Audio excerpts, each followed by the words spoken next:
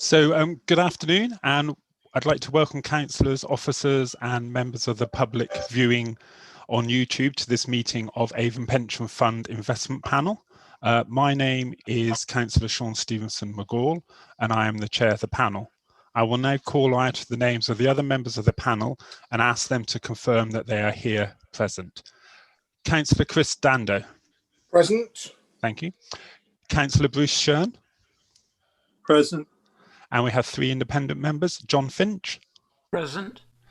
Pauline Gordon. Present. And Shirley Marsh-Hughes. It looks like Shirley isn't with us just yet. She may join us later. Can I remind everyone to keep their background noise to a minimum, only to speak when one person at a time, and do not speak over others. Please mute your microphone when you're not speaking and then unmute when I invite you to speak. Please indicate if you wish to speak by using the chat facility on Zoom by typing MIS, may I speak, and I will call you in turn to speak.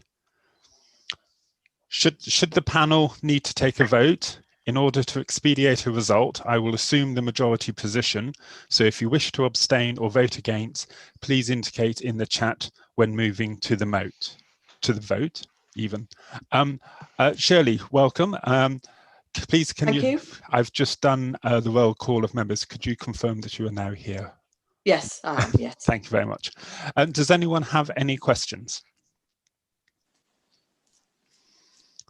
No, brilliant. And just for members of the public here viewing us, we'll probably be moving in and out of exempt session a few times during the meeting, so apologies for that.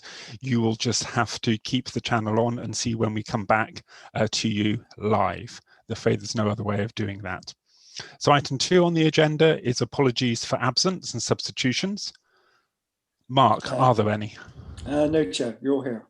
Thank you so much. Item 3 is declarations of interest. Are there any? None have been notified in advance and none now. Okie doke, thank you very much. Item 4 is urgent business agreed by the chair, and I'm pleased to announce that there is none. Item 5, agenda items from the public to receive deputations, statements and petitions or questions. There are none at this occasion. Item 6 on the agenda, items from councillors and co-opted and added members. Again, there are none. Item 7 on the agenda are the minutes from our meeting held on the 11th of September 2020. The minutes of this meeting have been circulated. May I confirm these as a correct record? So moved, Chair. Thank you very much. Thank you very much, Councillor Shern and Councillor Dando. Thank you. So now we move on to the first substantive item on the agenda, which is item 8, which is our dynamic equity protection strategy. Can I invite our officer, Nathan Rowlingson, to present the report? Great, thank you, Chair. So I'll keep it very brief. Mercer are on hand today to take us through the detail, but just by way of a reminder, I suppose, the panel agreed to implement a dynamic strategy using this sort of so-called bank-led approach per Mercer's recommendation back in August, I think it was. And given the change to the approach, we did agree that the design of the strategy should come back to panel so members have sight of it before it goes live. So Mercer, as I said, will take you through the detail, but there are two kind of main issues that we're looking at here. So the first is how we measure the success of the approach compared to the existing strategy. So there are some sort of notable differences there. And then secondly, what parameters should be kind of defined up front to allow us to meet the objective, which is fundamentally the same as the existing strategy, i.e. to protect against the risk of a decline in equity markets, but also to reduce timing risk and have a strategy that evolves with the market rather than one which is fixed to a sort of a specific date or event.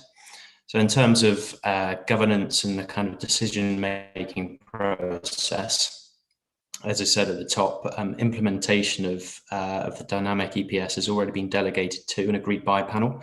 So today you're being asked to agree the structure of the strategy, and then onward delegate the rest of the implementation process to officers and Mercer.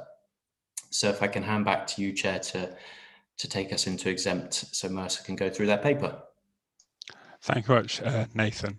So for the first time today, I would like to suggest that the panel, having been satisfied that the public interest would be better served by not disclosing relevant information, that the panel proposes, in accordance with the provisions of section 100 (A)(4) of the Local Government Act 1972, that the public should be excluded from the meeting for this item of business because it's likely to disclose, because of the likely disclosure of exempt information as defined in paragraph 3, part 1 of Schedule 12A of the Act as amended.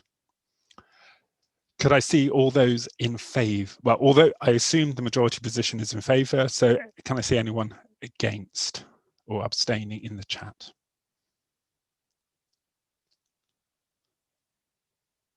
Nope. Therefore, we have voted to go into exempt session. I look forward to seeing or hearing members of the public later, but for now we will come off YouTube.